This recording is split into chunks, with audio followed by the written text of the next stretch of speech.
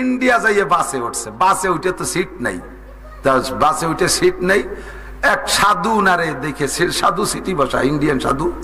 তো উনারে বলতেছে যে দাদা কোথায় যাবেন? কয় যে আমি পবিত্র স্থান মক্কায় যাব। হিন্দুরা যদিও হিন্দু, তবে মুসলমানদের ধর্মীয় প্রতিষ্ঠানগুলোকে অনেক হিন্দু খুব শ্রদ্ধা করে, মক্কা মদিনারে তারা খুব শ্রদ্ধা করে। তো বলছে ভগবান, ভগবান আপনাকে এত সম্মান করেছে, আপনাকে ভগবান মক্কায় ডেকে নিচ্ছে। আমি তো অসুস্থ, না হলে আমি দাঁড়িয়ে আপনাকে ছিট দিতাম, তা আপনি আমার কোলেই বসুন। ইন্ডিয়ানরা এইভাবে বলে, আপনি আমার কোলেই বসুন। তো এই মোটা দামড়া দুমড়ো 150 কেজি ওজনের হাজিরে বসাইছে কোলের পার। আর রাস্তাতে ভালো রাস্তা হয়েছে, আগে কত ভালো রাস্তা ছিল, ভাঙ্গা খাড়ি কুয়ো গর্ত বর্ত। বাসে যাইয়ে ধুম দিয়ে পড়ে, আরে হাজি সাহেব ওই কোলের পার যাইবারে তলে ডমুটা আছে। তা হাজি সাহেবের তো নিচে ফোমের মতো মনে আছে, তোষক তোষক বাবু, উনি খুশিতে জিকির করে, শুকর আদায় করে, ইল্লাল্লাহ হক মক্কায় যাই, উনি খুশিতে। বাংলাদেশের হাজিরা তো যে বাই রোডে যেত, বাংলাদেশের একটু টাইটেই যেত, ইন্ডিয়া পার হওয়ার পরে ওরা একটু বাস টাস বানাইছে, এই সাধারণ রাস্তা। তো বাংলাদেশি হাজি সাহেব কায়দা মতো ধাড়ু ধুরু শেখ হাজি আল্লাহ যাইতেছে হজে, ইন্ডিয়া যাইয়ে বাসে উঠছে, বাসে উঠে তো সিট নাই, বাসে উঠে সিট নেই। এক সাধু উনারে দেখে, সাধু সিটি বসা, ইন্ডিয়ান সাধু। তো উনারে বলতেছে যে দাদা কোথায় যাবেন? কয় যে আমি পবিত্র স্থান মক্কায় যাব। হিন্দুরা যদিও হিন্দু, তবে মুসলমানদের ধর্মীয় প্রতিষ্ঠানগুলোকে অনেক হিন্দু খুব শ্রদ্ধা করে, মক্কা মদিনারে তারা খুব শ্রদ্ধা করে। তো বলছে ভগবান, ভগবান আপনাকে এত সম্মান করেছে, আপনাকে ভগবান মক্কায় ডেকে নিচ্ছে। আমি তো অসুস্থ, না হলে আমি দাঁড়িয়ে আপনাকে ছিট দিতাম, তা আপনি আমার কোলেই বসুন। ইন্ডিয়ানরা এইভাবে বলে, আপনি আমার কোলেই বসুন। তো এই মোটা দামড়া দুমড়ো 150 কেজি ওজনের হাজিরে বসাইছে কোলের পার। আর রাস্তাতে ভালো রাস্তা হয়েছে, আগে কত ভালো রাস্তা ছিল, ভাঙ্গা খাড়ি কুয়ো গর্ত বর্ত।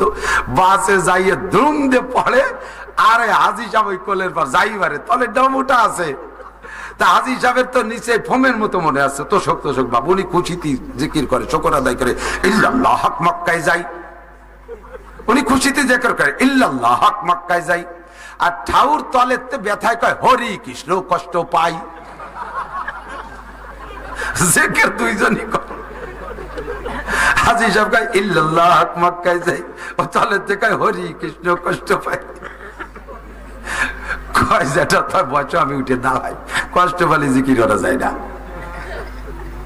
মসজিদে বসে জিকির করো, লা ইলাহা ইল্লাল্লাহ কেন মারো, আর একজনের নাক ভাঙ্গিয়া যায়। মাইয়েটা তোমার পার্কে, জামাইটা তোমার আর এক জায়গায়, আরে তোমার বউটা আর এক জায়গায়। এই দায়ুসি স্বভাব বাদ দাও। পরিবারের ভিতরে যারা দায়ুসি, যারা বেপরদা প্রতিষ্ঠিত করে, তাদেরকে শরিয়াতে বলে দায়ুস।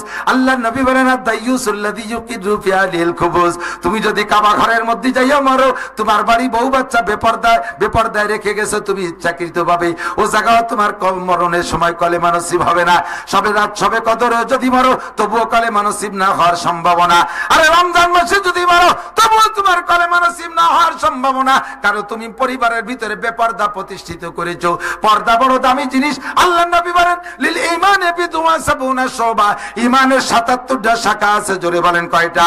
77টা শাখা আছে। ফাআফজালুহা, 1 নম্বর শাখা হলো কাউলু লা ইলাহা ইল্লাল্লাহ। ঈমানের 77 শাখার 1 নম্বর মূল মেরুদণ্ড হলো লা ইলাহা ইল্লাল্লাহ। এরপরে হুজুর বলেন ওয়াল হায়াউস, কি বলা হয়, ইমাতাতুল আযানি তরিক। ঈমানের 77 শাখার আরেকটা শাখা হলো রাস্তা থেকে কষ্টদায়ক জিনিস ফেলে দেওয়া। খেয়াল করেন কয়ে চলে যাই, বলা যায় না, ওত মত বলা যায় না, ফিরে বেড়াচ্ছে কতিও বাড়ি নাও পারি। রাস্তার থেকে কষ্টদায়ক জিনিস ফেলে দেওয়া। এই রাস্তা বানাইছি কি, এদিক খেয়াল করেন, রাস্তা বানাইছে সরকার কি জন্য? আমাদের চলার জন্য না? পায়ে হাঁটবো, ভ্যান চালাবো, সাইকেল চালাবো, মোটর সাইকেল চালাবো, নসিমন করিমন যত আবিষ্কার হবে চাকাওয়ালা সবাই রাস্তায় দিয়ে চলবে, সেই জন্যই না? নাকি ফসল নিয়ে কইলেন গম নাড়া, ধান নাড়া, কলই নাড়া, এই মলন মালা, এই জন্য কি রাস্তা বানাইছে? সারা বাংলাদেশ জুড়িয়ে এই ফসল রাস্তায় নেয় কি নেয় না? এমন ভাবে কলই গাদি দেশে, ব্যানালা আগে তো পায়ে চালাতো, সে সময় তো পারতোই না। এখন এই যে মোটরে চালায় না ভ্যান, সে মোটরও যাইয়া কোলের মধ্যে দলা বলা হইয়ে খ্যাট খ্যাট খ্যাট খ্যাট শব্দ হতেছে। বেলে কয় টাকা নামিয়ে ঠেলা তো পারি উঠতেছি না, কোনো মতো সম্ভব না। এই হতে হতে চেন ছিঁড়ে গেছে। কন্ত কিরম লাগে এই কোলই রাস্তাতে খালের মধ্যে ফেলাই দিয়া ইমানের অঙ্গ। এই কোলে রাস্তায় থাকবে না, ফেলাই দিবা রাস্তার থেকে। ফসল সব খালের মধ্যে ফেলে। তোর ফসল নেওয়ার জন্য রাস্তা বানাইছি নি হাসিনিয়া, লাখ লাখ কোটি কোটি টাকা দিয়ে রাস্তা বানাইছে, তুমি কোলই নাড়বা সেই জন্য। রাস্তার উপরে অর্ধেক জুড়ে বালি গাদি দিয়ে ধুয়ে ব্যবসা হতেছে, একদল আছে না নাই? ইট গাদি দিয়ে ধুয়ে ব্যবসা করতেছে, তোমার এই জন্য রাস্তা বানায়নি। ওই জায়গায় সে দুটো গাড়ি ক্রসিং করার সময় একটা গাড়ি বালির মধ্যে ঢুকে গেছে, ইটের সাথে লাগাই দিয়ে তার নাক মুখ ভেঙে তার 1.5 লাখ টাকার ক্ষয়ক্ষতি। এই ইট সব লাত হইয়ে খালের মধ্যে ফেলাই দিয়া, এটা ইমানের একটা অঙ্গ। শুধু খেয়াল রাখবেন যেন কাজিয়ে লেগে না যায়। আপনাকে তোর কাজিয়ে খুব লাগে।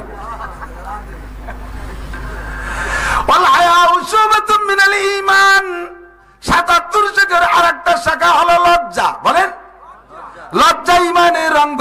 ইজা ফাতাকাল হায়া ফাফাল মাশিতা। নবী পাক বলেন, লজ্জা থাকতে যা খুশি করা যায় না, যখন তোমার লজ্জা চলে যায় তখন তুমি যা খুশি করতে পারো। যার লজ্জা আছে তার ঈমান আছে। কথা বলেন, যার লজ্জা আছে তার ঈমান আছে। আবারও সেই কথার দিকে চলে যাই। আরে নিশা সব নিশা একরকম না, লজ্জাও সব লজ্জা একরকম না। একজনের তিলাওয়াতের নিশা আর একজনের গাঁজা খাওয়ার নিশা। দুই নিশা কি এক নিশা? একজনের লজ্জা দুইজনেরই লজ্জা আছে। একজনের লজ্জা খালি মাথায় বাইরে বেরোতে পারে না, মহিলা মুখ মাথা খুলে পা পুরুষের সামনে যাইতে পারে না, ওর লজ্জা হয় মুখ খুলে পরের সামনে যাইতে। আর এক শ্রেণীর মহিলা আছে বোরকা পরতে লজ্জা করে, ওরও লজ্জা আছে, কিন্তু ওর লজ্জা গাঁজা খাওয়া লজ্জা। কয় যে হুজুর আমার ঈমান আছে। কিভাবে ঈমান আছে? আমার লজ্জা আছে। আর আপনি বলছেন যার লজ্জা আছে তার ঈমান আছে। তোমার কি লজ্জা আছে? আমার বোরকা পরতে লজ্জা হয়, বোরকা পরতে এই লজ্জা আছে ওনার, তাতে বলে ওনার ঈমান আছে। আল্লাহ হেফাজত করে বলেন আমিন। 2 নম্বরটা তিন ব্যক্তির জন্য জান্নাত হারাম, মনে আছে তো? 2 নম্বর হলো কি? আল-হক, মা বাবার নাফরমান সন্তান। এ যুবক মনে রাখ, ওয়াইস করনি রহমাতুল্লাহ আলাইহি মায়ের খেদমতের কারণে, মনে আছে? মায়ের খেদমতের কারণে নবী পাকের কাছে সাহাবা হওয়ার সৌভাগ্য নিতে পারে নাই। মৃত্যুর আগে নবী আলাইহিস সালাতু ওয়াস সালাম একটা জামা জুব্বা মানাকেবে ওয়াইসের ভিতরে মিশকাত শরীফের মধ্যে আছে হাদিস, ওয়াইস কর্ণের জন্য একটা জুব্বা রেখে গেছে, যেটা আমার ওয়াইসে দিও কর্ণে আমার এক পাগল আছে। এবার এই কিসারের সাথে নিয়া আমার জারি যাত্রা কলসা জৈটু মৈটু বাবার দরবার, খাজার দরবার, গাজার দরবার আর বাউল ফাউল এরা যাইয়ে যে এমন এমন বানানো শুরু করছে। ওই জামা নিয়ে এক সাহাবা গেছে ওয়াইস কুন্নির কাছে। ওয়াইস কুন্নিকে যে বলছে আমি রসুলের সাহাবা, নবী তোমার জন্য জামাটা দিয়েছে, আমাকে কি জামা দিলি? এই জামা আমি নিয়ে আসছি তোমার জন্য, তুমি আল্লাহ নবীর কত গুরুত্বপূর্ণ, তুমি একটু দোয়া করো আমার জন্য। ওই ওয়াইস লোকটা দেখে ওয়াইস কুন্নি কয়, খোদার কসম তুমি আল্লাহ নবী সাহাবা না। কেন আমি সাহাবা না? আমি নবীকে 20 বছর ধরে দেখছি, আমি সাহাবা না তো সাহাবা কিনা? তুমি সাহাবা বাড়ি বসে দিয়ে কয় না তুমি সাহাবা হতে পারো না, তুমি আশিকে রাসূল না, কারণ তোমার মুখে এখনো দাঁত দেখতেছি। দাঁত থাকবে না তা কি হবে? আমি ভাত খাবো না, গোস্ত খাবো না, দাঁত থাকতে আল্লাহ যদি না নেয় তা আমি ফেলাবো কি রে? কয় যে এই দেখো আমি ওয়াইসকুনের মুখে একটা দাঁতও নাই। কেন নাই? আমি শুনেছি ওহুদের ময়দানের যে নবী কাবেরের সাথে লড়তে লড়তে পাথরে আঘাতে দাঁত ভেঙে গেছে, আমার কানে আসার সাথে সাথে আমি পাথর দিয়ে আঘাত করে একটা দাঁত ভেঙে ফেলাইছি। পরে ভাবলাম আমি তো জানি না নবীর কোন দাঁতটা ভাঙছে। চিন্তা করলাম যে নবীর যেটা ভাঙছে আমার যদি সিধা ভাঙ্গা না হয় তাহলে তো মেল হলো না, কাজে কাজে পাশেরটা ভাঙছি, ওইটা ভেঙে চিন্তা করলাম যদি নবীর এটা না ভেঙে থাকে। এরপরে এই করতে করতে পুরো 32টা দাঁত ভেঙে ফেলাইছি, আমার মুখে একটা দাঁতও নাই। আর তুমি এতগুলো দাঁত নিয়ে এসে নবীর সাহাবা বলো তুমি মিথ্যে কথা বলেছ। জোরে কন্যা নাউজুবিল্লাহ। 100% গাঁজাখুরি গল্প। নবী আলাইহিস সালামের দাঁত ভাঙছে বলে ওয়াইস করনি দাঁত ভাঙছে। তো ওই দিন ওহুদের যুদ্ধে তো নবীর মাথার ভিতরে পাথরের আঘাতে হেলমেট ব্যাঙ্গে ঢুকে গেছিল। ওয়াইস করনি তো একটা হেলমেট মাথায় নিয়ে পাথর দিয়ে গাই দিয়ে মাথার মধ্যে তো হেলমেট ঢুকলো না। দাঁত ভাঙার সময় ভাঙলো তো হেলমেট ব্যাঙ্গে মাথায় নাও, তা তো নাও নাই। এ গল্পটা তো পাও না। ওয়াইস করনি হেলমেট ভাঙ্গো মাথায় নেই নাই, দাঁত ভাঙ্গো মুখরে সাফ করে নাই, এইটা সম্পূর্ণ গাঁজাখুরি কথা। তবে মায়ের খেদমতের জন্য নবী পাকের কাছে যাইতে পারে নাই, কথা মনে আছে? আল্লাহু আকবার। এবার আব্দুল কাদের জিলানী রহমাতুল্লাহ আলাইহি সম্পর্ক বলে ওনার গায়ে ওনার এই অবস্থা। ও দোস্তরে, ওনার নাম কইলে গায়ের থেকে একটা লোম ঝরে যাবো। জায়গা আর একটা গল্প আমি না কই পারতেছি না, ওয়াইস কর্ণীর গল্প কব। ওয়াইস কর্ণী রহমাতুল্লাহ আলাইহির এই বয়াতিরা গায়ে, বয়াতিরা কয় সম্পূর্ণ মিথ্যে কথা। কিয়ামতের ময়দানে বয়াতিকে থাপড়ায় দাঁত ফেলাই দেবে ফেরেশতারা আল্লাহর হুকুমে। ভালো করে মনে রাখো, মিথ্যে কথা মোটে গানের মধ্যে কইবা না। তুমি যা পারো সত্যি কথা বলো। বাজনা বাজাইও না, দলের মধ্যে মাইয়ে রাখো না, নাবালেক পোলাপান রাখো না। নাবালেক পোলাপান, যেই দলের ভিতরে নাবালেক দাড়িবিহীন পোলাপান থাকে, ওই দলের ভিতরে অ্যাক্সিডেন্টের সম্ভাবনা থাকে। এই অ্যাক্সিডেন্ট ভাষায় ব্যক্ত করতে পারছি না, কম্পেস যদি বুঝে থাকেন তাহলে বুঝবেন। অ্যাক্সিডেন্টের সম্ভাবনা থাকে। দাড়িবিহীন পোলাপান বড়দের সাথে এই গানের দলের মধ্যে হওয়া কবিরা গুনাহ হারাম। কবিরা গুনাহ এই দলের মধ্যে থাকা হারাম। এর কারণেই আলী হাসান ওসামা বলেছেন, আলী হাসান ওসামা বলেছে, একদল মৌলবীরে তার পরনে, মৌলবী তার পরনের কাপড় খুলে বেলাই দিচ্ছে। হাজারো অভিজ্ঞতার আলোকে বলেছে, গানের দলের ভিতরে মাইয়েরা থাকতে পারবে না, গানের দলের গানের মধ্যে বাজনা হতে পারবে না, গানের মধ্যে মিথ্যে কথা হতে পারবে না, গানের দলের মধ্যে নাবালেক পোলাপান থাকতে পারবে না, দাড়িবিহীন পোলাপান। যেই গান গাইতেছে বড়রা, ওই দলের ভিতরে থাকতে পারবে না নাবালেক পোলাপান। 5 নম্বরে, গানের ভিতরে কথা যদিও সত্য, কিন্তু ওই সত্য কথা এমন সত্য কথা হতে পারবে না যাতে মানুষের চরিত্র নষ্ট করে। মানুষের চরিত্র নষ্ট করা সত্য কথা। এই যে মমতাজ খাতুন গায়, এবার আল্লাহ তার দেশে বসাইয়ে, ঠিক না? চাচি আম্মা ফেলু আল্লাহ বুকটা ফাটিয়ে যায়, বুকটা ফাটিয়ে যায়। সত্যি কথা, মোহাব্বতে বুকটা ফাটিয়ে যায়। এই কথা কলিবারা কি কোন মানুষের অন্তরটা আল্লাহর হস্তে কান্তি কান্তি মসজিদে যায়? তার ভিতরে যৌন সুরসুরি বাড়ে না? আমরা ছোটবেলা শুনতাম, গান গাইতো, রূপে আমার আগুন জ্বলে, যৌবন বারাঙ্গে, প্রেমের সুদা পান করে নাও, আয় রে আমার দিওয়ানা। এই কইয়ে রুকুতি গেলি নামাজ হবে না? রাতভর এই গালি, একটা 1000 নেকি হবে না? একটা উমরার সওয়াব তো হবেই। দাঁত ফেলাই দেবে তাপড়াইয়ে 6.5। যতই তোর শুদ্ধ হোক কথা, সত্য কথা হোক না কেন, এই গান গাইলে যুবক যুবতীর ভিতরে যৌন সুরসুরি আছে, চরিত্র নষ্ট হয়। এই 5 কারণে গান হারাম।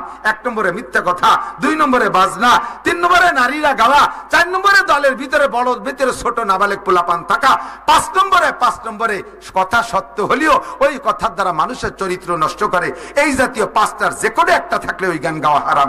আমাদের দেশে গাজীর গান গায়, আপনাদের দিক তো নেই, এবং মান্নত করে। গাজীর গান মান্নত করলে ছেলে হয়, সুবহানাল্লাহ। গাজীর গান মান্নত করলে পিএস ভালো হয়, ইরি ধানের মধ্যে শিল পড়ে না। গাজীর গান মান্নত করলে ব্যবসা ভালো হয়, মেম্বার হওয়া যায় বিনা ভোটে, তাই নাকি?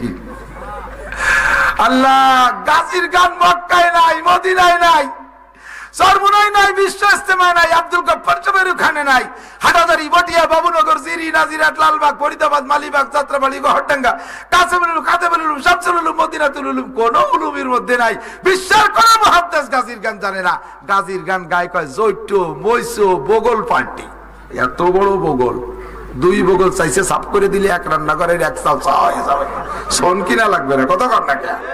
এই গাজা পার্টি, মৈসো পার্টি, বগল পার্টি, ওরা গাজীর গান গায়। তাই দিয়ে বলে আল্লাহ মান্নত করলি সেই গানে বলে ছেলে দেয়, মেয়ে দেয়, মেম্বার বানায়, কোটিপতি বানায়, জুতোর বাড়ি হবে কপালে। আল্লাহ বাসায় তওবা করো। এই সমস্ত মিথ্যে কথা বুজুর্গানে দিনের নামের সাথে সেট করে কি করে না? কথা কর। ওয়াইস করনি মার খেদমতে থাকার কারণে নবীর কাছে আইসা সাহাবী হতে পারে নাই। না দেখলে সাহাবী হবে না। দূরের থেকে নবীরে কলেমা পড়ছে নবীর জামানায়, কিন্তু নবীকে দেখে নাই কোনোদিন, সাহাবী হতে পারবে না। নবীর সাহাবাকে দেখছে, তাবে হতে পারবে। তো এত বড় সম্মান আব্দুলকে ওয়াইস করনি ছেড়ে দিয়েছেন মার খেদমতে।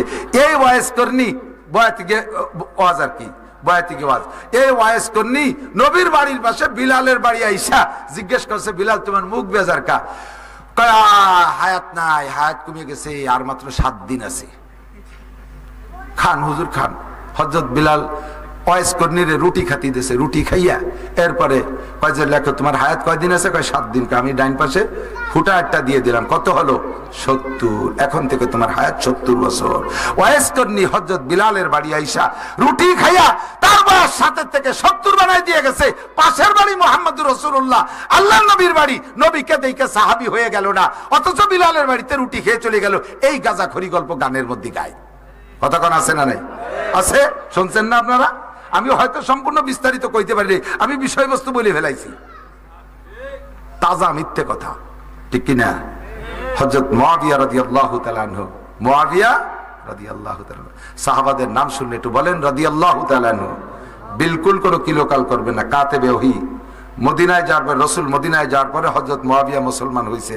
এই হযরত মুআবিয়া শিক্ষিত যুবক ছিলেন, হুজুরের সাথে ওহী লিখতেন।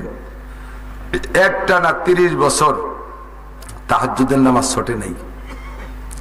একটানা 30 বছর তাহাজ্জুদের নামাজ ছোটে নাই। একদিন তাহাজ্জুদ ছুটে গেছে, এই যে কান্না কানছে, দিনের বেলা কানতে কানতে রুমাল মুড়ি দিয়ে অন্য সাহাবাদের সামনে মসজিদে আসছে, ওক্তীয় নামাজ পড়তে রুমাল মুড়ি দিয়ে মুখ কেউ দেখায়নি লজ্জাতে, যে তাহাজ্জুদ ছুটে গেছে।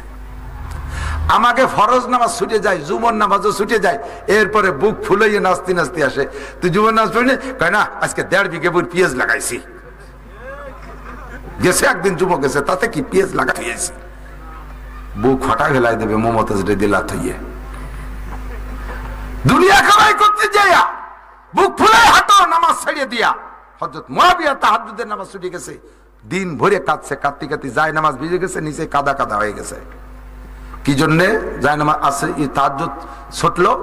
গত রাত্রে ঈশার নামাজের পরে একটু টাইম বেশি ধরে, একটু বেশি টাইম এই কোরআন শরীফ তিলাওয়াত এবং একটু জরুরি মিটিং ছিল, ওই করতে করতে রাত বেড়ে গেছে, বেশি রাত্রে ঘুমাইছি বিদায় তাহাজ্জুদের সময় উঠতে পারি নাই।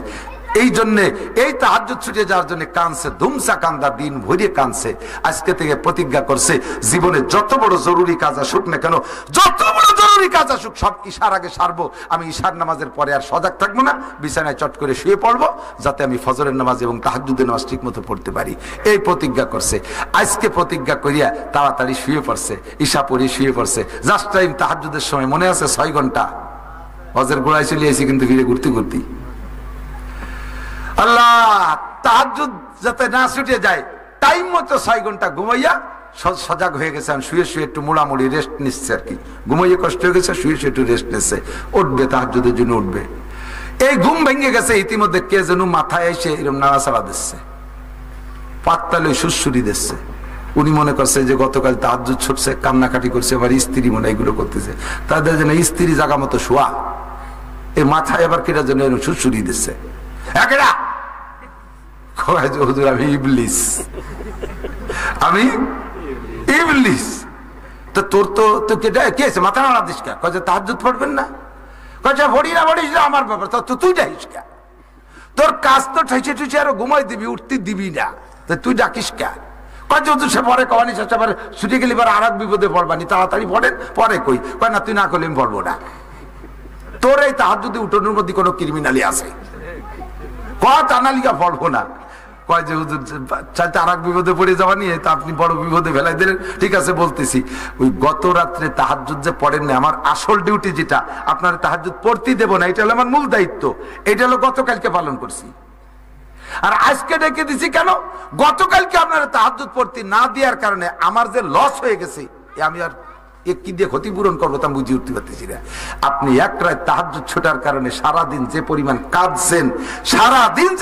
কাঁদছেন, তাতে 30 বছর লাগাতার তাহাজ্জুদ পড়েও আল্লাহ পাকের কাছে ওই কান্নার কারণে যে মর্যাদায় পৌঁছাইছেন, 30 বছর তাহাজ্জুদ পড়ে ওই মর্যাদায় যাইতে পারতেন না। তাতে আপনার এই এক রাত তাহাজ্জুদ ছুটোই দিয়ে কি যে প্রমোশন আপনারা করাই দিছি, আমি যে চরম লস হয়ে গেছে।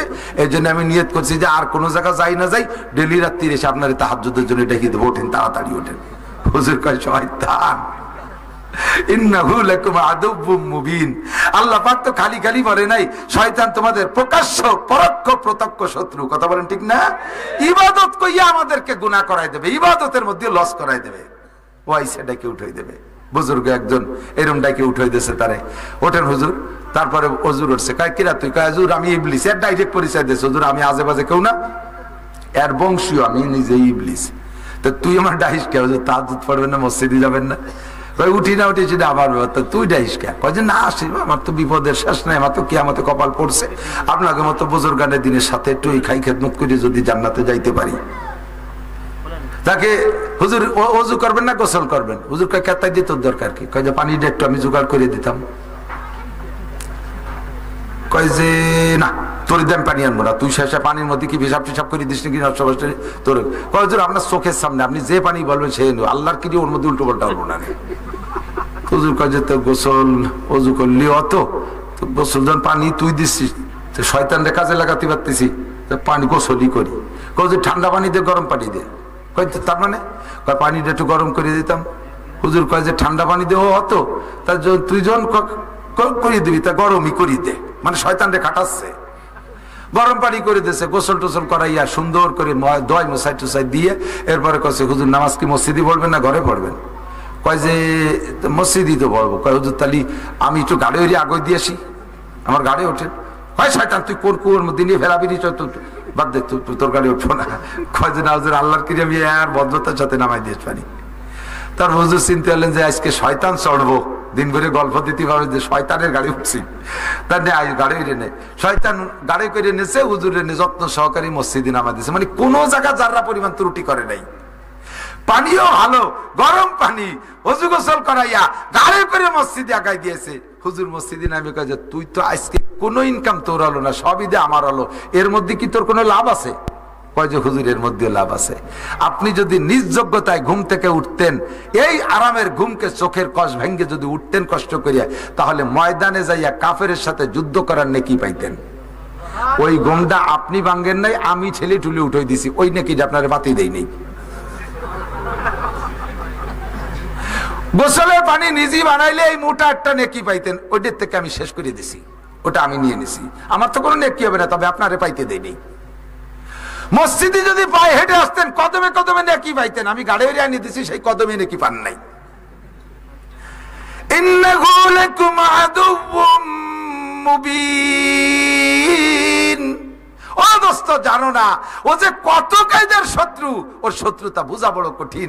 আইবা সাহিব লিসে যা তুম রোয়ে আস পাস বাহার দস্তে না শায়দ দাদে দস্ত কার শৈতামি কুনাদ না মশওয়ালি গরবলি ই নস্তলানাত বরলি। বহুত সময় শয়তান পীর হয়ে আসবে, শয়তান চ্যানেলের বড় বক্তা হয়ে আসবে, শয়তান মাঠের বড় বক্তা হয়ে আসবে, অনেক রূপ নিয়ে আসবে। আরে বড় বিশ্বাস বড় যুব্য জামা দেখাই তার হাতে বায়াত হয়ে যাইও না। পেটটা বড় দেখলি মনে করো না যে বড় পীর। আরে পেট বড় হলি যদি বড় পীর হইতো, তাহলে এদেশের হাতিও তো সবচেয়ে বড় পীর। কথা কর না কেন? আল্লাহু আকবার। যাত্রার কাছে বায়াত হইও না। যে কোনো জায়গার লোক বেশি দেখলি মনে করো না যে জায়গা বহুত লোক, তাহলে এইটাই মনে হয় আসল। যদি মেলা লোক এক জায়গা হলে আসল হয়, তাহলে আমার উড়াকান্দি ঠাউর বাড়ি 20 লাখের বেশি হয়, তাহলে তো উড়াও তাহলে আসল। ঢোল তবল বাজাইয়া আষাঢ়িয়ে ব্যাঙের মতো জেকের না কি আর তা বুঝাই যায় না। মান্দার মান্দার দোম মান্দার, আমি এইটুক শিখছি আর কি মেলা দিন ধরে। মান্দার মান্দার দোম মান্দার মান্দার দোস্তগির, কোন কিতাবে লেখা আছে মান্দারে ফকির।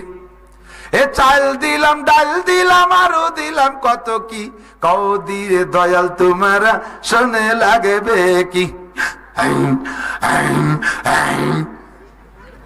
বাবু ব্যাং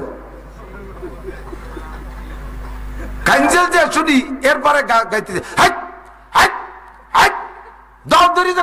করতেছে কটা কুত্তো বসা ছিল, ওরা রাস্তার ওই পাশে দৌড়ে চাই নিয়ে। একে জিকির না কুত্তো খেদানি। জিকির যদি শিখতে চাও আব্দুল গফফারের কাছে যাও। লা ইলাহা ইল্লাল্লাহ লা ইলাহা ইল্লাল্লাহ। আরে জিকির যদি শিখতে যাও তাহলে বলেন 2, আমার সাথে বলেন 2, জোর হলো না 3, 4 ফেব্রুয়ারি। একই জিকির হল নাকি? একই জিকির নাকি? হ্যাঁ ও জিকির বলেন 2, 3, 4 ফেব্রুয়ারি 2024 জাতীয় সংসদ নির্বাচন। জোর বলেন কি? বিশ্ব ইস্তেমা। জোরে বলেন। জোর হলো না? এর মধ্যে ভাজ আছে নাকি? কোন ভেজাল আছে নাকি? ওলামায়ে কিরাম যে জায়গা যাবে আমরা সেখানে যাব। মুফতি আব্দুল গফফার সাহেব যেখানে, ইসমাতুল্লাহ কাসেমি যেখানে, আব্দুল কাইয়ুম সাহেব যেখানে, হেলাল উদ্দিন সাহেব যেখানে, এহিয়া মাহমুদ সাহেব যেখানে, জাফর আহমদ সাহেব যেখানে, বাংলাদেশের আমাদের ফরিদপুরের উজ্জ্বল নক্ষত্র এরা, লিয়াকত আলী সাহেব যেখানে, আমরাও ঠিক না? আল্লাহ আছে সেখানে, ইন্দ্রা আছে যেখানে, বলেন আল্লাহ আছে সেখানে, উলামায়ে কেরাম যেখানে, আল্লাহ আছে, উলামায়ে কেরাম যেখানে, হাটাজারি হুজুররা যেখানে, পটিয়ার হুজুররা যেখানে, দেওবন্দি উলামায়ে কেরাম যেখানে, এই সব উলামা যেখানে, আল্লাহ আছে, আল্লাহ আছে যেখানে, আল্লাহ আছে যেখানে, আল্লাহ আছে যেখানে, উলামায়ে কিরাম 2, 3, 4 ইজতেমায় আছে, আল্লাহ সেখানে আছে, আমরাও সেখানে আছি, ঠিক কি না? হকু ফাঁকি বাদ দেন, এই 2, 3, 4 ইজতেমায় আল্লাহ দিলে এত লোক হবে যে পায়খানায় 500 লোকের সিরিয়াল পড়ে যাবে, যথেষ্ট মানুষের ইনশাআল্লাহ লুঙ্গি নষ্ট হয়ে যাবে পায়খানায় যাওয়ার আগে, এত লোক। আর এরপরে আরেকটা ইজতেমা হবে, এক একজনে 50টা করে পায়খানা ভাগে পাবে, লোকের সমাগম এত বেশি হবে যে এক একজনে 50টা করে পায়খানা ভাগে পাবেন, একটার মধ্যে খাবেন, একটার মধ্যে শুয়ে থাকবেন, এর মধ্যে পায়খানা করবেন, অ্যাভেলেবেল পায়খানা। প্রথম পর্বের ইজতেমায় ওযুখানায় যাইয়ে 500 লোকের সিরিয়াল পড়ে যাবে। আর দ্বিতীয় প্রোগ্রাম দেখছি তো বিগত সময়, দ্বিতীয় প্রোগ্রামে যে ইজতেমা হবে সে জায়গা মানুষ নাই, দেখি যে দুটি গাইতি যাইয়ে কুলিয়েছে, গাইতি গরুতি ওযু বানাচ্ছে, মানুষ নাই, তা কি হবে? ইজতেমারে কলঙ্ক করছে বিশ্বই। প্রথমটার ভিডিও ছাড়ে না, প্রথম ইজতেমার ভিডিও ছাড়ে না, দ্বিতীয় ইজতেমায় মাঠ ফাঁকা, এবার ভিডিও ছেড়ে, এবার ইজতেমায় জনসংখ্যা কম, মুসলমানদের পরাজয় চরমভাবে ঘটেছে, ভাইরাল করে দেয় ইজতেমার নামে। দ্বিতীয়টা, মুসলমান জাতির এই বিশাল ঐক্যকে ভাঙ্গে চুরে তছনছ করে দিয়েছে, মুসলমানদের এই বিশাল মাজমাকে, এই ইজতেমার যে সুনাম ছিল সেটিকে ধ্বংস করে দিয়েছে। কথা বলেন ঠিক কি ঠিক না? ওটাই দিয়ে আমাদের দরকার নেই, আমাদের জাগতিক ভাইরালের দরকার নেই। আল্লাহ পাকের কাছে আমরা যাতে মকবুল হতে পারি, আহলে হক ওলামায়ে কেরামের সাথে যাবো তো ইনশাআল্লাহ। যাওয়া কত আসান করে দিয়েছে আল্লাহ তাআলা। আগে পদ্মা সেতু, আগে পদ্মা নদী পার হওয়াটা বড় রিস্ক ছিল, ফেরি পাওয়া যায় না, গাড়িকে গাড়ি, কত কষ্ট হয়েছে। এখন ব্রিজ হয়ে গেছে, আসানের সাথে চলে যাবেন, ব্রিজ হয়ে গেছে। গত রাত্রে আমি ঢাকা থেকে আসছি, কুয়াশা, ব্রিজের গোড়ায় যখন আসছি কুয়াশায় ব্রিজও দেখা যায় না, ব্রিজে কুয়াশারে কালাম, ও কুয়াশা কাম হবে না, নে বহুত জ্বালাইছো। যে সময় ফেরিতে পার হয়েছি 13 ঘন্টা বসে রাখছো কুয়াশা, আর আজকে সারের গোড়ায় উঠে গেছে, হাঁটি ফেললে না। যত বড় কুয়াশা হয় ইনশাল্লাহ 5 মিনিটের জায়গাটা 10 মিনিট লাগবে, যাবোই যাবো ইনশাআল্লাহ। আর চলেই আসছি আলহামদুলিল্লাহ। আমরা এবার আলহামদুলিল্লাহ বিশ্ব ইজতেমায় যাবো তো, বিশ্ব ইজতেমায় যাবো তো ইনশাআল্লাহ। আল্লাহ কবুল করেন, বলেন আমিন, জোরে বলেন আমিন। আল্লাহু আকবার। ও দোস্ত এদিক তাকান, আমি আয়াত পড়ছি আর হাদিস পড়ছি, আর তরজমা বলে শেষ করে দেওয়ার টাইম শেষ। আমি 11টা পর্যন্ত ওয়াজ করি, বড় আনন্দের সাথে, খুব মজা লাগতেছে। এই অল্প কয়েকজন মানুষ, তো আমার যে কোনো ছোট মাহফিল আর কি, অনেক ছোট মাহফিল, তবে আপনাদের সাথে কথা বলতে আমার ভালো লাগছে। আপনাদের কষ্ট হচ্ছে নাকি? আমি সুরও জানি না, তালও জানি না। এদিক তাকান, ভাইরাল হওয়ার বয়সও নাই। বর্তমানে ওয়াজ চলতেছে বিভিন্ন ব্র্যান্ডের উপরে। ব্র্যান্ড চেনেন তো? ব্যবসা হয় গ্রুপের উপরে, আকিজ গ্রুপ, বসুন্ধরা গ্রুপ। কারণ একা একজন এরকম বড় টাকার মালিক হইয়া একটা ইন্ডাস্ট্রি বানানো কঠিন। যা 2-5 কোটি টাকা হয়েছে ওই নিয়ে একটা গ্রুপের সাথে যোগ দেয়, শেষে গ্রুপের সাথে বড় ব্যবসা হয়। এই যে পরিবহন দেন না, পরিবহন গ্রুপ, কমফোর্ট গ্রুপ, তারপরে আরো কি কি গ্রুপ আছে যত, গ্রিন লাইন, লাইন, ওখানে হলো লাইন, পরিবহন হলো লাইন। এই লাইনই যোগ দিয়ে দিতে হবে। আমাদের করিম গ্রুপ, এই আপনাদের করিম গ্রুপে আমাদের টুঙ্গিপাড়া এক্সপ্রেস, বহুত গাড়ি, এক একজন 2-5টা পরিবহন কেনে। এই 5টা পরিবহন দিতে একটা লাইন কেনা যায় না, ওই গ্রুপের সাথে যোগ দেয়, তার সাথে চলে যায়। এর নাম হলো গ্রুপ ব্যবসা। আর কি ব্যবসা? গ্রুপ ব্যবসা। বর্তমানে উলামায়ে কেরাম মাঠে আসতেছে গ্রুপ ব্যবসা নিয়ে, গ্রুপ ব্যবসা নিয়ে। এক একজনে এক এক গ্রুপের সাথে সংযুক্ত হইয়া সেই ডিজাইনে, সেই কণ্ঠে, সেই সুরে ওয়াজ করতে পারলি মার্কেট পাওয়া যাবে। সে বয়স আমার নাই। আব্দুল গফফার সাহেবের গ্রুপ নাই, আব্দুল কাইয়ুম সাহেবের গ্রুপ নাই, লিয়াকত আলী সাহেবের গ্রুপ নাই, আমারও গ্রুপ নাই। আমাদের কায়দায় আমরা বয়ান করি, কণ্ঠ নাচাতে যাইয়া দুটো ভালো কথা মানুষকে বলবে। এই কণ্ঠ ঠিক রাখতে যে কি যে কয় তাই তার হুঁশ নাই যে আমি কি করছি। ঘুরিয়ে ঘুরিয়ে খালি সুরটা ঠিক থাকে নাকি, ব্র্যান্ডের থেকে সরিয়ে না যায়। বিরান ঠিক রাখতে। ফালতু বাদ দেন, উম্মতকে কিছু বলার চেষ্টা করতে হবে। উম্মতকে কিছু, আমার সুরের দরকার নাই, আমার কিছুর দরকার নাই, আমি যা বুঝছি উম্মতকে সেই কথাগুলো বুঝানোর ফিকির, এইটা হবে বক্তাদের দায়িত্ব। আপনারা কি আমার কথাগুলো বুঝছেন? আব্দুল কাইম সাহেবের এলেমের সামনে আমি মক্তবের পোলা পানো না, সেই মানুষটা আপনাদেরকে পড়াইছে। আল্লাহ পাক তার বয়ান থেকে আমাদের নূর হাসিল করা তৌফিক দান করে বলেন আমিন। আমি যে কথাগুলো বলছি এই কথাগুলোকে বাড়ি নিয়ে যাবে ইনশাআল্লাহ, যাবে। আল্লাহ পাক রব্বুল আলামিন বলেন, নাসির তুমি যেভাবে একেবারে খ্যাকম্যাক করে ধরছো আজকে, আমার বান্দারা তো ভয়তে পরান খাউলে গেছে, এরা তো দুর্বল হয়ে গেছে, একটু সাহস দাও।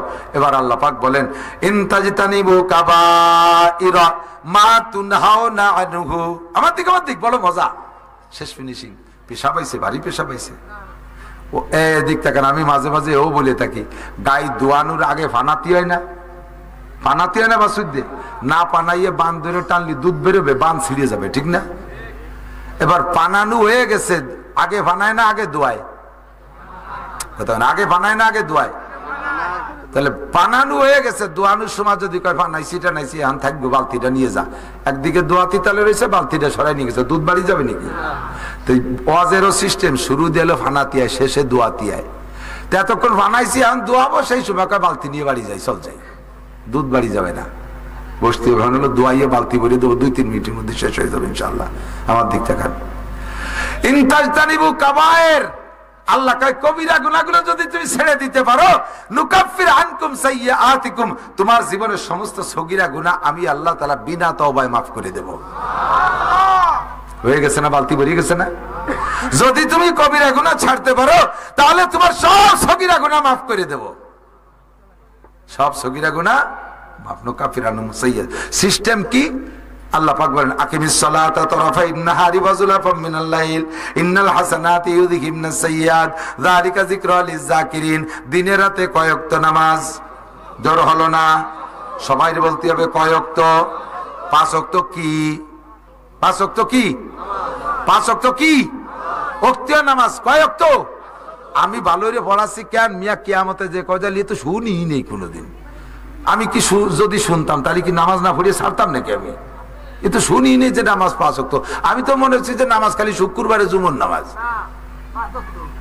আপনি মুখ দিয়ে বলছেন, আমল নামায় লেখা। তার আগ পর্যন্ত গডফাদার মুরব্বী আমেরিকার জো বাইডেন, নেতানিয়া কি কয় জো বাইডেন, তারপর ডোনাল্ড ট্রাম্প, টেম্পু টুম্পু যারা আছে ওরা আমাকে কইতো জঙ্গি, আফগানিকে কয় জঙ্গি, আর তাদের সমর্থকদের কইতো জঙ্গি।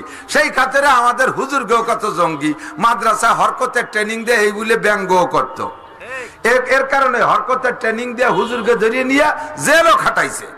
হরকত চেনেই না, তারকে কি কবে বুঝবো, কি দিয়ে বুঝবো বুঝি না। মাদ্রাসায় মক্তবে হুজুররা পড়ায় না ছেলেদেরকে, এক জবর এক জের এক পেশকে হরকত বলে, এই পড়ায় না? এই হরকত কারে কয়? এক জের এক জবর এক পেশকে কি কয়? এই পড়ায় মক্তবে। ও কবি সিদ্ধ লেও বোঝে না, কয় যে হরকতের ট্রেনিং আছে। আসলে তো হরকতের ট্রেনিং আছে, এনা পড়ালি এ ট্রেনিং না দিলে কোরআন শরীফ পড়াবো কি দিয়া? এইভাবে ধীরে ধীরে বহুত মৌলবীরা জেল কাটাইছে। আমরা ছিলাম জঙ্গি, আপনারা ছিলেন যারা আফগানের পক্ষে তারা ছিলেন জঙ্গি। এখন বর্তমানে ফিলিস্তিন আর গাজার পক্ষে যারা, তাদের নামে মহামুরব্বী আমেরিকান জো বাইডেন ফতোয়া দিয়ে দিয়েছে এরা জঙ্গি। ফিলিস্তিনের পক্ষে যারা, বলেন কার পক্ষে? ফিলিস্তিনের পক্ষে যারা, তাদেরকে জঙ্গি বলে। আর ফিলিস্তিনের পক্ষে বঙ্গবন্ধু ছিল, মাননীয় প্রধানমন্ত্রী জননেত্রী শেখ হাসিনা ফিলিস্তিনের পক্ষে, বর্তমান আওয়ামী লীগ সরকার ফিলিস্তিনের পক্ষে। কাজেই ফিলিস্তিনের পক্ষে যারা, তাদেরকে যদি জঙ্গি হতে হয়, এতদিন তো আমরা ছিলাম জঙ্গি, এখন বাংলাদেশ সরকারও জঙ্গি। তা আমরা সবাই মিলে জঙ্গি, কাজেই জঙ্গের স্লোগানই হবে, যুদ্ধের স্লোগানই হবে। কোনো ভয়ের কারণ, কোনো বাধার আমাদের, ঠিক কি ঠিক না? আল্লাহ তাআলা কবুল করুক, বলেন আমিন। রসুলিহি, আমার রসুল, বর্তমানে সব রসুলকে মানি। বর্তমানে চলবে কয় রসুল? আরো জোরে, মুহাম্মাদুর রাসূলুল্লাহ সাল্লাল্লাহু আলাইহি ওয়াসাল্লাম আমাদের নবী ও রাসূল, ঠিক না? রসুলিহি ওয়াল ইয়াউমিল আখিরি। আর দুনিয়ায় 7টা দিনের সপ্তাহ হয়, শনিবার থেকে শুরু কইরা শুক্রবারে সপ্তাহ শেষ হইয়া যায়। এমন করে ঘুরতে তালে আছে নাকি মাঝে মাঝে 8 দিনের সপ্তাহ হয়? হ্যাঁ, 8 দিনে হয় নাকি মাঝে মাঝে? কোনো প্যাসে ফসে দিন একটা বাড়িয়ে যায় নাকি কোনোদিন? ফেব্রুয়ারি মাস 4 বছর চলে 28 দিন, মাঝে মাঝে হয়ে যায় 29 দিন, কিন্তু সপ্তাহ কোনোদিন 7 দিনের বেশি হয় না। শুক্রবারে শেষ হয়ে যায়। হঠাৎ করে একদিন মুহররম মাসের 10 তারিখে একটা শুক্রবার হবে। ওই শুক্রবারের পরে আর দুনিয়ায় শনিবার আসবে না। ওর নাম হলো ইয়াউমে আখির, দুনিয়ার দিনের শেষ দিন। ওই দিনটা দুনিয়া ধ্বংস হবে। ইযা ওয়াকাতিল ওয়াকিয়া লাইসা লিওয়াকাতিহা কাযিবা, ও ঘটনা ঘটবে, তার মধ্যে কোনো সন্দেহ আছে? এটাকে বিশ্বাস করা ফরজ। 5 নম্বর ওয়াল কদরি খাইরিহি ওয়া শাররিহি মিনাল্লাহি তাআলা। 6 নম্বর হলো তাকদীরকে বিশ্বাস করি, ভালো মন্দ যাহা কিছু হয় সব আল্লাহর পক্ষ থেকে হয়। কথা বলেন। রোগ দেয় কে? শোক দেয় কে? বৃষ্টি দেয় কে? না দেয় কে? ক্ষমতা দেয় কে? সিনে নেয় কে? সন্তান দেয় কে? না দেয় কে? সন্তান আমাদের দেশে বর্তমানে পীর সাহেবরা সন্তান দেয়। বউ আপনার ছেলে দেয় পীর সাহেব। সুবহানাল্লাহ। কিছু ক্ষতি হবে না? কি বিল্লাহ?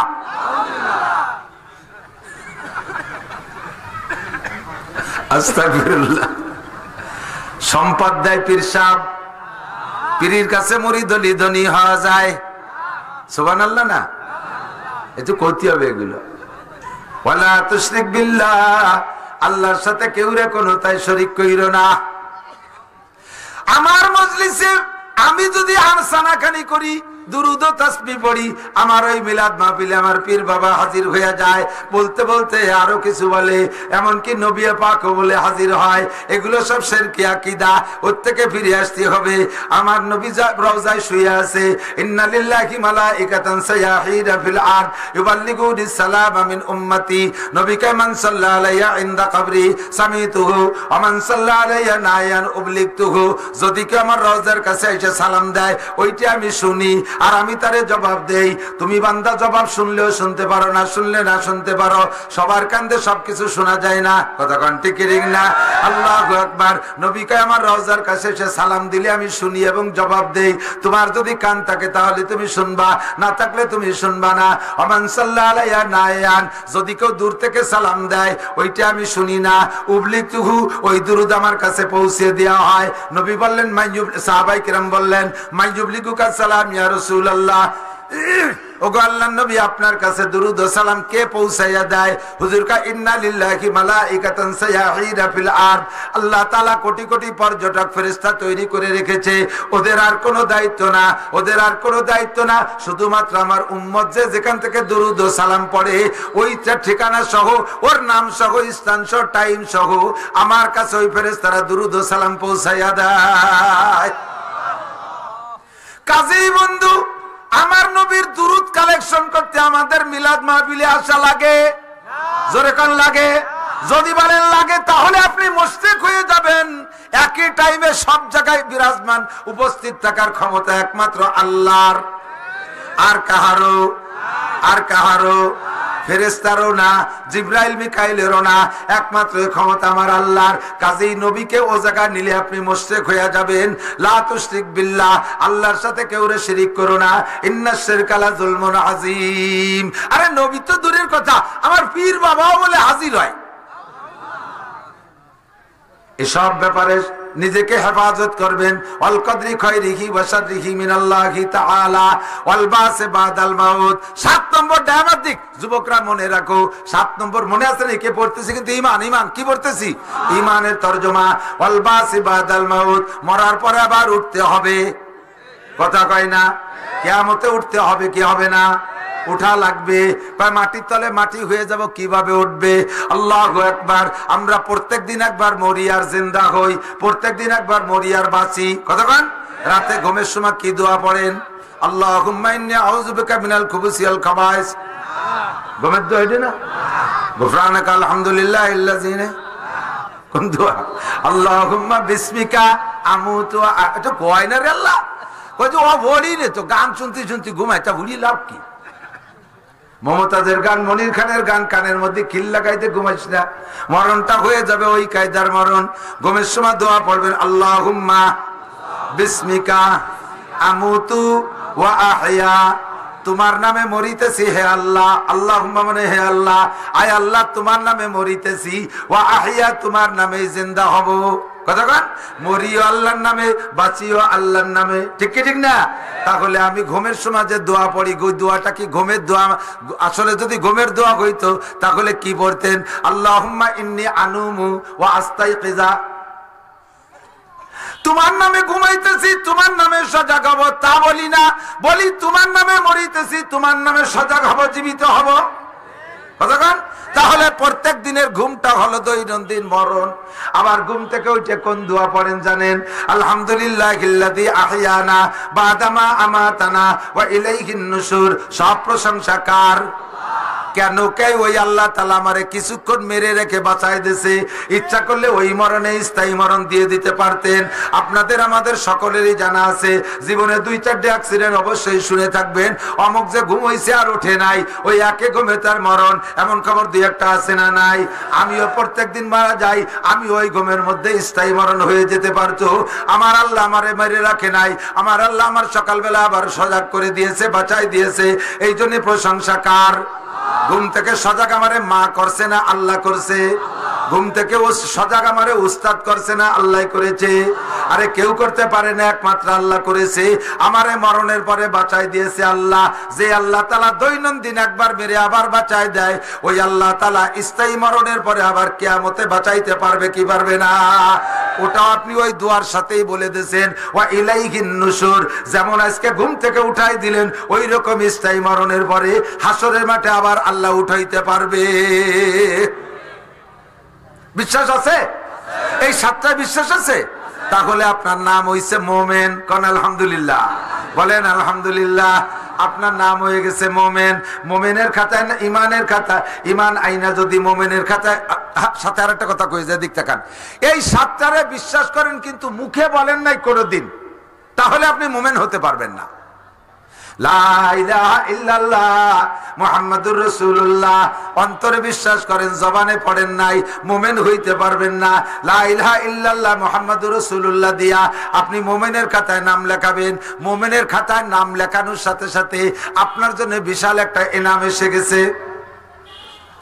শুধু মুমিনের মাদ্রাসায়, মুমিনের মাদ্রাসায় ঈমান দিয়ে নাম লেখানোর সাথে সাথে এই দুনিয়ার মতো 11টা দুনিয়ার সমপরিমাণ জান্নাতের ভিতরে বিশাল জায়গা আপনার নামে দলিল হয়ে গেছে। তবে জায়গাটা ফাঁকা, ওর মধ্যে কিছু নাই, গাছপালা ঘরবাড়ি কিচ্ছু নাই, একেবারে চিটিয়াল ময়দান। আমাদের বাংলাদেশের দক্ষিণ পাশে বঙ্গোপসাগরের পরে 37,000 বর্গমাইল একটা শহর জাগছে, সাথে সাথে 50-60টা বিল্ডিং নিয়ে যাচ্ছে। কথা কয় না? ওই শহরের উপরে বিল্ডিং সহ উঠছে না, একেবারে ফাঁকা সাদা শহর। তুমি লা ইলাহা ইল্লাল্লাহ মুহাম্মাদুর রাসূলুল্লাহ পড়ার সঙ্গে সঙ্গে এরকম ফাঁকা একটা শহর তোমার জন্য জান্নাতে দলিল হয়ে গেছে। কন্যা সুবহানাল্লাহ। কয় অত জায়গায় যে কি করব, করা লাগবে না কিছু, প্রাচুর্যের একটা মজা আছে।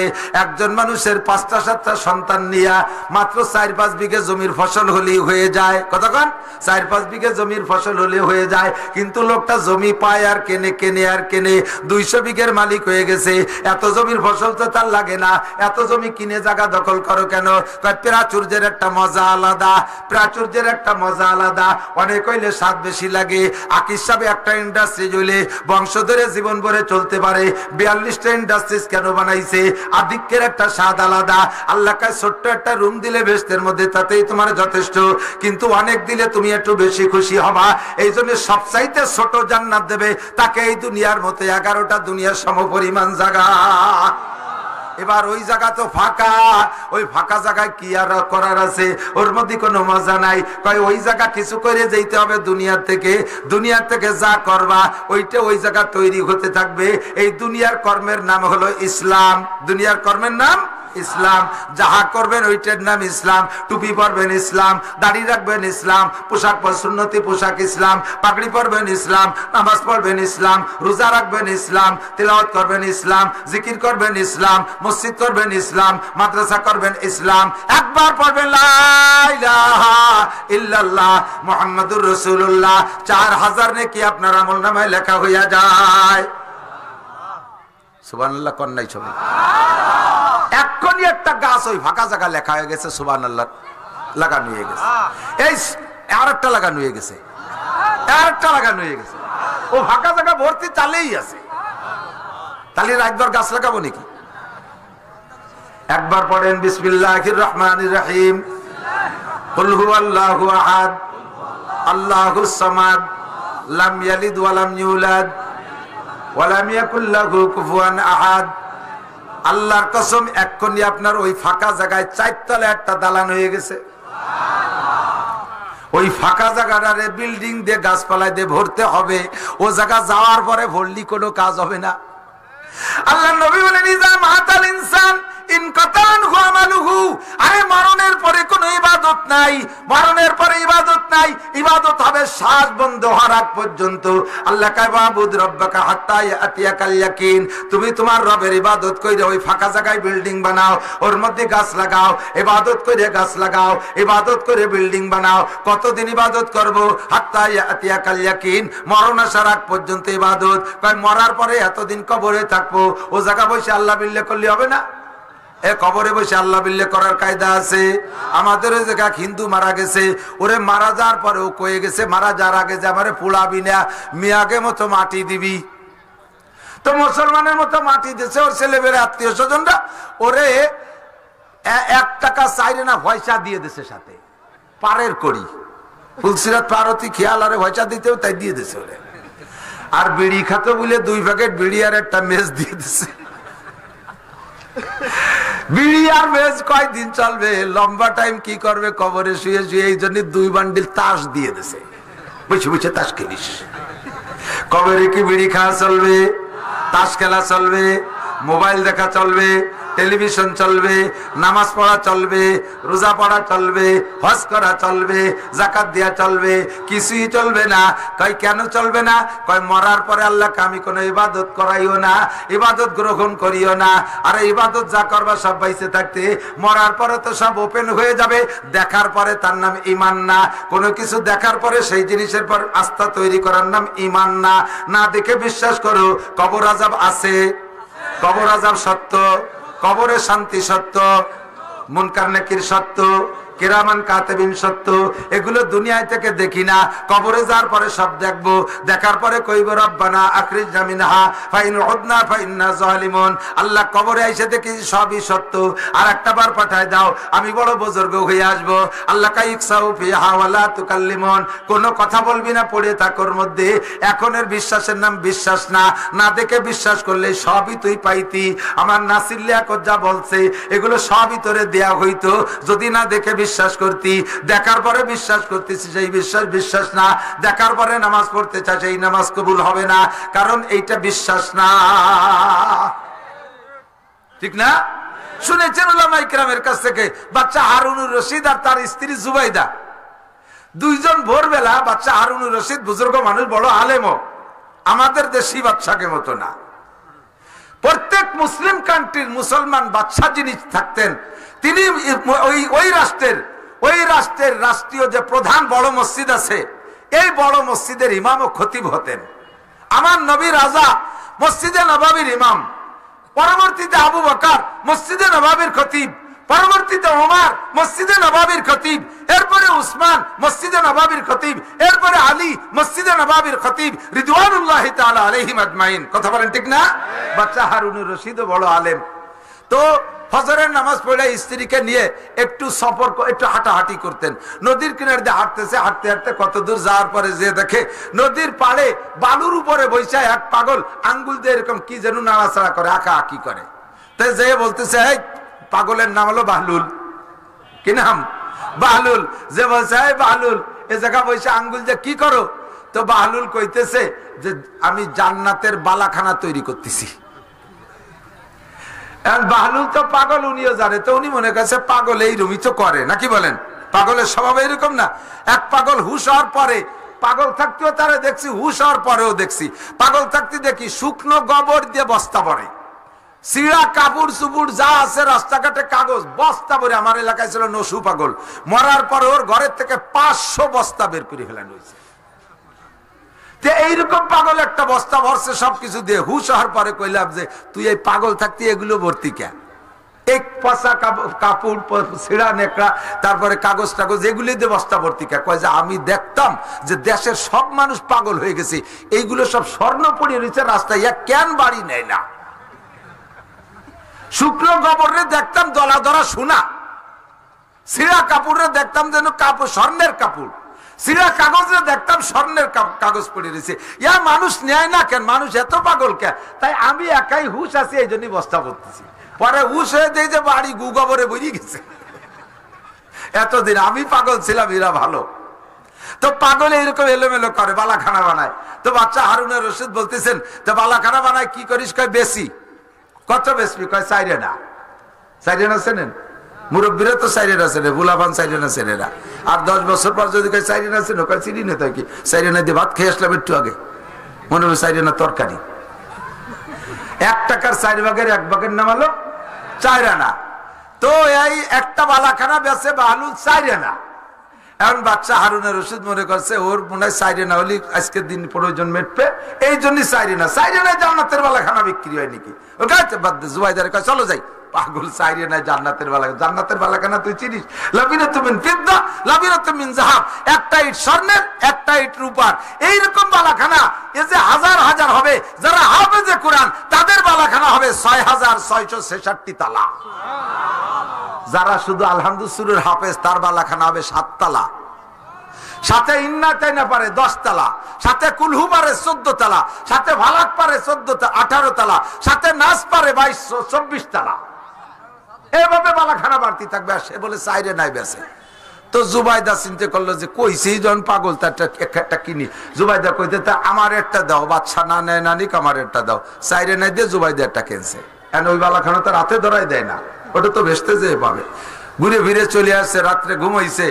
বাচ্চা হারুনুর রশিদ রহমাতুল্লাহ আলাইহি স্বপ্নে দেখতেছেন যে দুনিয়া ধ্বংস হয়ে গেছে, কিয়ামত হয়ে গেছে, গারদ হয়ে গেছে, এরপরে জান্নাত জাহান্নাম কায়েম হয়ে গেছে, উনি জান্নাতেও গেছেন।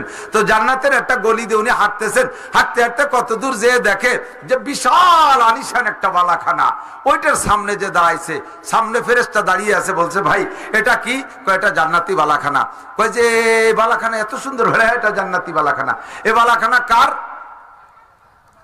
কয় যে এটা জুবাইদার বালাখানা, আপনার স্ত্রী জুবাইদার বালাখানা। তো স্ত্রীর বালাখানা যেহেতু আমি একটু যাই। কর না না না, আপনার স্ত্রী এখনো যাই নাই, পরের বালাখানা আপনি ঢুকবেন কেন? কয় যে স্ত্রী বালাখানা কিভাবে হলো? কয় যে আজকে ভোরে যে বাহলুলির কাছ থেকে কেনছে সেই 4 আনার বালাখানা আইডিয়া। বাদশা ঘুম ভেঙে গেছে, ওরে চড়বো না, আবার ঢুকতেও দিল না। ঘুম ভেঙে গেছে, ফজর পর্যন্ত আল্লাহ বিল্লে কইয়া ফজরের নামাজ পড়ে স্ত্রীরে না কইয়া আবার চলছে সেই বালাখানা কিনতি। আবার স্ত্রী নিয়ে সেই নদীর পাড়ে যে দেয় যে সেই বাহলুল আবার ওই সে বালির মধ্যে আঙ্গুল দিয়ে আঁকা আঁকি হচ্ছে। বাহলুল কি করিস? বালাখানা তৈরি করতেছি। কি করবি? বালাখানা তৈরি করে। বেচবো। কত বেচবি? কয় যে কত দেবেন? কয় যে তুই চা কত চাবি? কয় যে আজকে আপনি আপনার সারা রাষ্ট্র যদি ধরে আমারে দেন তবু আপনার কাছে আজকে বালাখানা বিক্রি করব না, আপনার কাছে বালাখানা বেচবো না। কেন বেচবি না? কয় যে কালকে যদি বেচ কিনতেন তাহলে 4 আনাই পাইতেন। কালকে ডালো শুনে বিশ্বাস করার উপরে আপনি বালাখানা পাইতেন। আর আজকে তো বেচতে ঘুরিয়েছে, দেখি বালাখানা কিনতে আইছেন। আজকের ডার নাম ইমান না, কালকে কিনলে ইমান ছিল। জুবাইদা কালকে কিনছে, ও পেয়ে গেছে। আমানতু বিল্লাহ, আল্লাহু আকবার। যালিকাল কিতাবু লা রাইবা ফীহি হুদাল লিল মুত্তাকিন আল্লাযীনা ইউমিনুনা বিল গায়ব। না দেখে বিশ্বাসের নাম হলো ঈমান। কথা বলেন, না দেখে বিশ্বাসের নাম কি? ঈমান। জান্নাতের মধ্যে গাছ লাগাইবেন, বিশ্বাস করেন দুনিয়ায় বৈশা কবর আযাব আছে, কবরে শান্তি শাস্তি আছে, এগুলো সবই বিশ্বাস করি। কথা বলেন, বিশ্বাস করি। ও দোস্ত, এখন প্রত্যেকটা আমল দিয়ে জান্নাতের ভিতরে আপনি বালাখানা তৈরি করবেন, গাছ লাগাবেন, ওর ভিতরে সবকিছু করবেন। এই আমলের নাম হলো ইসলাম। যদি আপনার ঈমান থাকে, আমল মোটেই না থাকে, একটা ক্রিটিক্যাল কথা, যদি আপনার ঈমান থাকে, আল্লাহকে বিশ্বাস করেন, গভীরভাবে বিশ্বাস করেন, সাতটা শাখারে বিশ্বাস করেন, তাহলে আপনার ঈমান আছে। নফসের দুকায় পড়া, শয়তানের প্রেমে পড়ে, আড্ডায় পড়ে, জগতের মোহে পড়ে নামাজও পড়েন না, রোজাও রাখেন না, হজও করেন না, যাকাতও দেন না, ফরজ ওয়াজিব কিছুই করেন না, শুধুমাত্র আপনার ঈমান আছে সাতটা, অন্তরের মধ্যে সামান্য একটু বিশ্বাস আছে। এই বিশ্বাসের বদৌলতে আপনি কিয়ামতে জান্নাতে যাইবেন। হাজার হাজার লক্ষ লক্ষ কোটি কোটি বছর আমলের ত্রুটির কারণে, আমলের অভাবের কারণে, গুনার কারণে কোটি কোটি বছর জাহান্নামে পোড়ার পরে অবশেষে ঈমানের বদৌলতে অবশেষে আপনি জান্নাতে যাবেন, অবশেষে জান্নাতে যাইবেন। জোরে কন্যা সুবহানাল্লাহ। তবে এই অবশেষের মানে যে ভেস্তে যাওয়ার পরে সপ্তাহখানিক পরে ভেস্তে শেষ তা না। ঢুকার পরে তেমন অনাদি অনন্তকাল, তার কোনো শেষ। তবে তার আগে এই ইসলাম ত্যাগের কারণে, ইসলামের আমল না থাকার কারণে কোটি কোটি বছর আপনাকে জাহান্নামে পোড়া লাগবে। তবে দোস্ত, যদি আপনার ঈমান না থাকে, আরেকটা কথা, এদিক তাকান, ক্রিটিক্যাল কথা, যদি আপনার ঈমানের মধ্যে ত্রুটি থাকে, ঈমান যদি কোনো দিক দিয়ে বের হয়ে যায়, ঈমান যদি আপনার লিক হইয়া যায়, তাহলে আপনি হাজারো ইসলাম দিয়া এক সেকেন্ডও জান্নাতে যাইতে পারবেন না। টুপি পরে কাজ হবে না, দাড়ি রেখে কাজ হবে না, নামাজেও জান্নাতে যেতে পারবেন না, রোজা রেখে জান্নাতে যাইতে পারবেন না, জীবন ভরে তিলাওয়াত করে জান্নাতে যাইতে পারবেন না, বড় আলেম হয়ে জান্নাতে যাইতে পারবেন না। যদি আপনার আমলটা, ঈমান ঠিক না থাকে, ঈমান যদি লিক হইয়া যায়, তাহলে কিন্তু আপনার সব শেষ হইয়া যায়। এদিক তাকান, আমার দিক তাকান, ঈমান এবার বের হয়ে যায়। খেয়াল করতেছেন আপনারা? ঈমান ধরে রাখতে জন্য পূর্ণ বডি ঠিক থাকতে হয়, আর ঈমান বের হয়ে যাওয়ার জন্য পূর্ণ বডি ছেঁড়া লাগে না। যেমন আমি বলি, আমরা এই যে গাড়ি চালাই, টায়ারের ভিতরে টিউব আছে, টিউবের মধ্যে হাওয়া দেই না,